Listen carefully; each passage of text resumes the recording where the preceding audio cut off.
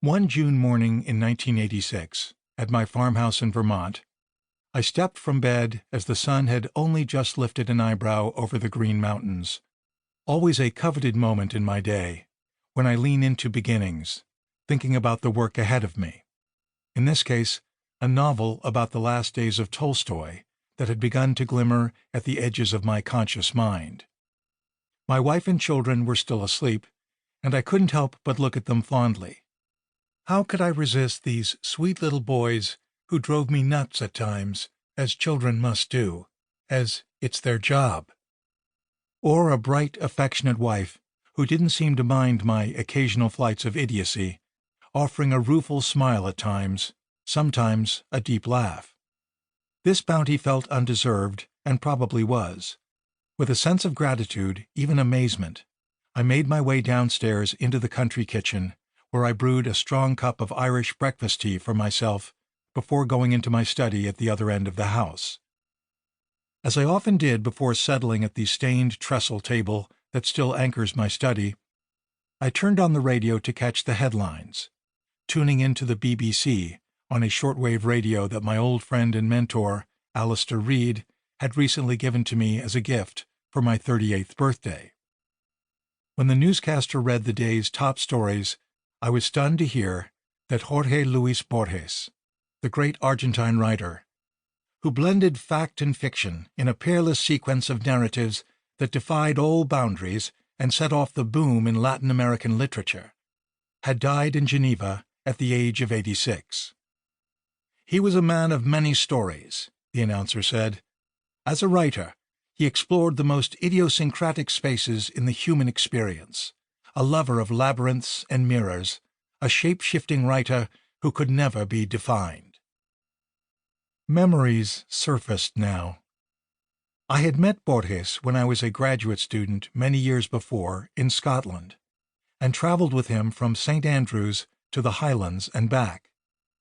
Our encounter lasted only a week or so, but it forced a shift in me, a change of perspective, hitting me at just the right time. And all I knew for sure was that my way of being in the world was never quite the same after Borges. Standing at the window, I looked into the garden below at a bed of oriental poppies, the blood-bright cheeks of the flowers turning toward me. Did they notice my stinging eyes? I thought so, and stepped away from the window. I'm not someone who cries easily, but I wept that day, weeping as much for myself as for Borges, remembering the callow, overly serious, shy, and often terrified fellow I was when we met, trying to weigh this against the man I'd become, still wondering what on earth had happened to me in Scotland some 15 years before. In 1970, having just graduated from Lafayette College and moved, briefly I hoped, back in with my parents in Scranton, Pennsylvania, I saw two choices: stay at home, where my mother would chop off my balls, or go to Vietnam, where they'd be blown off by a landmine. A third choice, less apparent at first but finally obvious, was to leave the United States altogether, getting as far away as possible. The place that called to me was a small town on the East Neuk of Fife, in Scotland. St. Andrews had already provided me with a much-needed escape and given me a feeling of vocation, as I'd studied there for my junior year abroad. During a memorable year, I'd made friends easily, much to my surprise, mixing with Scottish and English students, befriending a handful of continental students, too. The lectures I attended were often appealing, florid rhetorical performances of a kind unfamiliar to me, and I'd learned a good deal, especially from intense one-on-one tutorials with a range of eccentric but erudite teachers. One of them held tutorials at his ramshackle flat, where his wife served us tea wearing a face mask as she was sensitive to germs.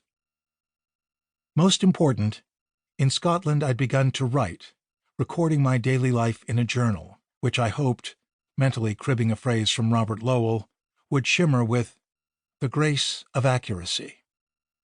No detail seemed too inconsequential to record, and I often filled pages with quotations from things I'd read, or recorded snippets of conversation I'd overheard in tea shops or pubs.